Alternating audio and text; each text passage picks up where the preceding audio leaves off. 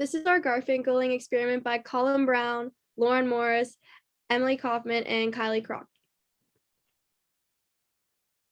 All right, so for our experiment, we looked at the social norms in college lecture halls, and these are just some of the typical norms in college lecture halls that we see on a day-to-day basis. Usually you don't sit directly next to others unless you're friends with them.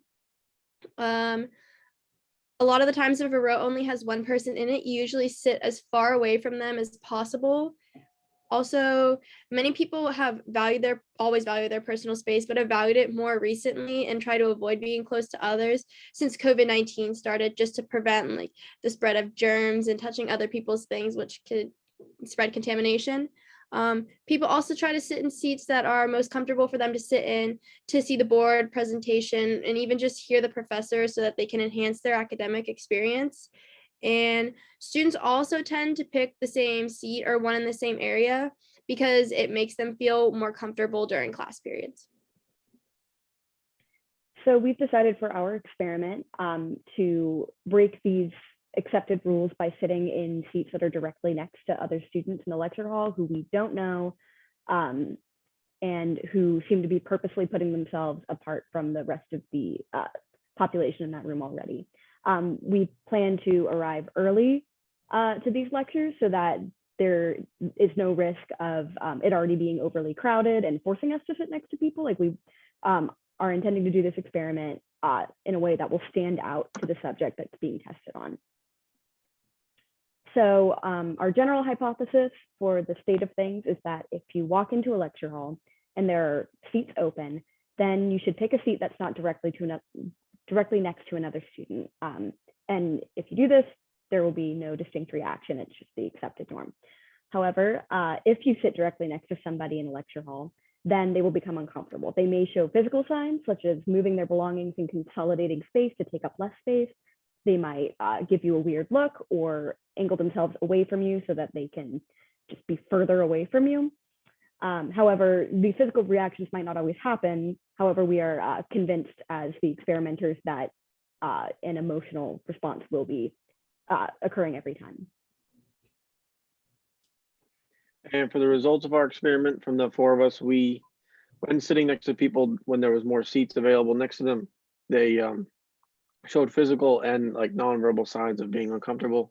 A lot of people would move their legs away and move their belongings like a backpack or water bottle, whatever, away from us, turn to the other side.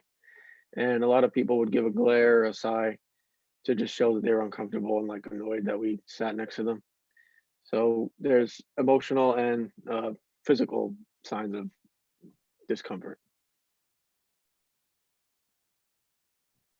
All right, after breaking the social norms in the lecture halls, our hypothesis, specifically our second one, was proven to be correct. Normally when college students go to class, they kind of just want to be in their own world. They maybe put their AirPods in or just kind of look over their notes before the professor enters the room. So by us going and sitting next to them kind of makes them feel uncomfortable and maybe even a little bit surprised, because that's obviously not something that you would normally do. But like we said in the results, the subjects were very uncomfortable with our experiment just because we broke the unspoken of rules that we all tend to follow every single day, especially when we go to class, and especially because of COVID-19.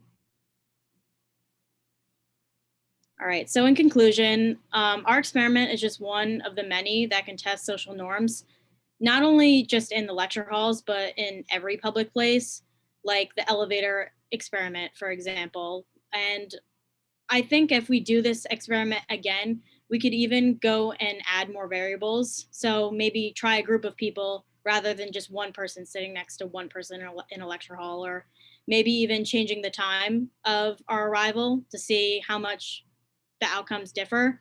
But overall, I think people don't often think about the social norms until they're actually broken. Until the situation involves you, you don't usually give it a second thought or even think about the unspoken of rules that we follow pretty much every day. Thank you, everyone.